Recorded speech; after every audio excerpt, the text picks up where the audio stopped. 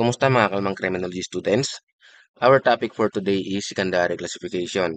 Tapos na tayo sa primary classification, ngayon naman is secondary classification under siya ng classification formula.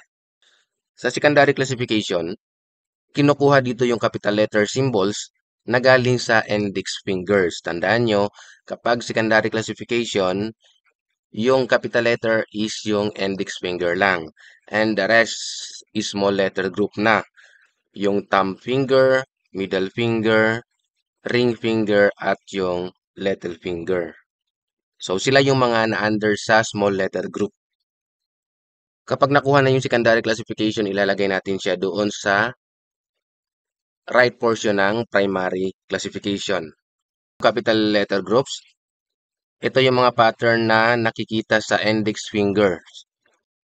Yung right index fingers, ilalagay natin as numerator, and yung left index finger, ilalagay natin as denominator.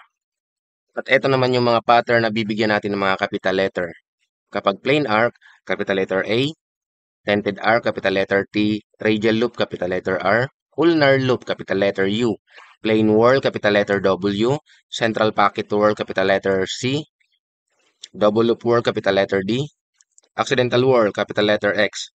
Yan yung mga pattern na bibigyan natin ng capital letters kapag nasa index finger sila nakalagay. Yung small letter groups naman, sila yung plain arc, radial loop, at tented arc.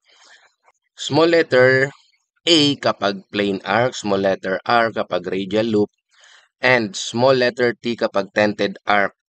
Yung ilalagay ninyo kapag nakita nyo sila sa thumb, middle, ring, at little fingers. Bibigyan nyo sila ng small letter. Prints with plain arc, tented arc, and radial loops in any finger except the index fingers constitute the small letter group of the secondary classification. Such small letters are brought up into the classification formula in the relative position immediately adjacent the index fingers. At gagamit kayo ng dash to indicate the absence of each small letter between the index finger and another small letter or between two small letter. Kailangan yung dash na ilalagay ninyo ay nasa gitna siya ng dalawang letter. Halimbawa, capital letter. Next is yung dash. Next is yung small letter. So, nasa gitna yung dash. Pwede ring small letter, dash, and then small letter. Hindi pwedeng nasa una yung dash. Halimbawa, kung nauna yung dash bago yung letters at hindi siya nasa gitna ng dalawang letters, huwag na kayong maglagay ng dash. At halimbawa naman, dalawang dash and then walang next o walang kasunod na small letter, ibig sabihin, pwede nang hindi kayo maglagay ng dash. Automatic na, understandable na yan. Kasi nakalagay dito is absence of each small letter between the index finger and another small letter or between two small letters. Example, uunahin natin kukunin yung dalawang index finger. Yung index finger sa right is ilalagay natin doon sa numerator and yung index finger na nasa left naman ilalagay natin as denominator. So, yung index finger na nasa right, yung ibibigay nating letter is capital letter C. Radial loop siya, capital letter R. And then yung right thumb and left thumb, dapat dash yung ilalagay pero walang naunang letter sa kanila. So, hindi na natin lalagyan ng dash. Automatic na yan. Huwag na nating lagyan ng dash. Next is proceed tayo sa right middle finger. Bibigyan natin siya ng dash kasi hindi siya nabilong sa small letter group. And yung middle left, bibigyan pa rin natin siya ng dash kasi hindi siya nabilong sa small letter group. At yung right ring finger, dash pa rin kasi hindi siya nabilong sa small letter group. Yung left ring finger, again, dash ang ilalagay natin kasi hindi siya nabilong sa small letter group. Next is yung little finger na nasa right hand. Bibigyan natin siya ng small letter R kasi radial loop siya, nabilong siya sa small letter. At yung little finger na nasa left hand, ay bibigyan natin ng small letter T kasi nabilong siya sa small letter group, tented arc. Yan na ngayon yung secondary classification ninyo. Basta tandaan nyo lang secondary classification, capital letters, yung kukunin ninyo sa index fingers at the rest ng fingerprint pattern is small letter na. Kapag hindi siya nabilong sa small letter group, bibigyan natin siya ng dash. At kailangan yung dash na ibibigay natin nasa gitna siya ng dalawang letters. Halimbawa, capital letters, dash, small letters. Or pwede ring small letter, dash, and small letter. Kapag hindi sa gitna nakalagay yung dash, huwag na nating lagyan ng dash. Another example, kukunin natin first yung right hand index finger.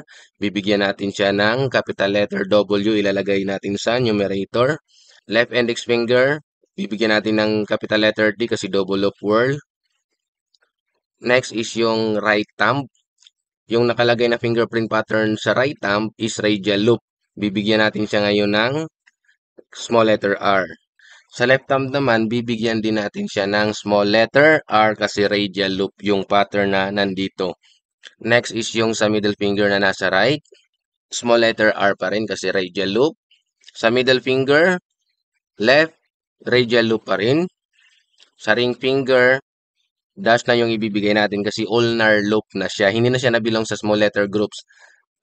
At yung sa left ring finger, bibigyan natin siya ng dash kasi ulnar loop siya. Pero, wag nyo nang lagyan kasi yung kasunod niya na nasa little finger left is dash rin. At yung little finger na nasa left, wala nang kasunod na letters. So, automatic na, hindi na kayo maglalagay ng dalawang dash. Little finger na nasa right hand. Yung ibibigay nyo na small letter is letter T kasi tented arc pattern yung nasa little finger na nasa right hand. Yan na yung secondary classification ninyo. After nyo makuha yung secondary classification ninyo, ilalagay nyo siya sa classification formula. Right upper portion ng primary classification. Another example, right hand, index finger, bibigyan natin siya ng capital letter R kasi radial loop siya. At yung sa left index finger, capital letter R pa rin kasi radial loop siya. Next is yung right thumb. Bibigyan natin siya ng small letter A kasi plain arc siya. Next is yung left thumb. Yung fingerprint pattern na nasa left thumb is ulnar loop. So, dapat dash yung ilalagay natin pero hindi na tayo maglalagay ng dash sa left thumb. Next is yung middle finger at ring finger. So, nakita nyo dalawa yung plain arc. So, yung gagawin ninyo kapag dalawa yung plain arc na magkasunod na under sa small letter groups, lalagyan nyo ng 2A. Next is yung middle finger, left, radial loop, small letter R. At yung kasunod ng left middle finger is yung ring finger and little finger na nasa left. Hindi sila nabilong sa small letter groups. Hindi na natin bibigyan ng dash symbols yung ring finger at little finger. Proceed na tayo sa right little finger. Yung right little finger is tented arc. Bibigyan natin ng small letter T. Yan na yung secondary classification ninyo. Next example, yung right index finger is tented arc, capital letter T. Yung left index finger is plain arc, capital letter A. Right thumb, plain arc, small letter A. Left thumb, plain whorl. Hindi na tayo maglalagay ng dash doon sa left thumb. Proceed tayo sa middle finger at ring finger. Dalawa yung magkasunod na small letter group. Bibigyan natin siya ng 2T. Ibig sabihin, dalawang TT. Tented arc. Next is yung nasa left hand, middle finger. Yung ibibigay natin is dash kasi hindi siya nabilong sa small letter group. Next is yung middle finger na nasa left hand. Dash yung ilalagay natin kasi whorl pattern siya. And next is yung ring finger at little finger ay radial loop yung nakalagay. Dalawang radial loop na magkasunod. Yung ilalagay natin na symbol is 2R. Yan na yung secondary classification ninyo.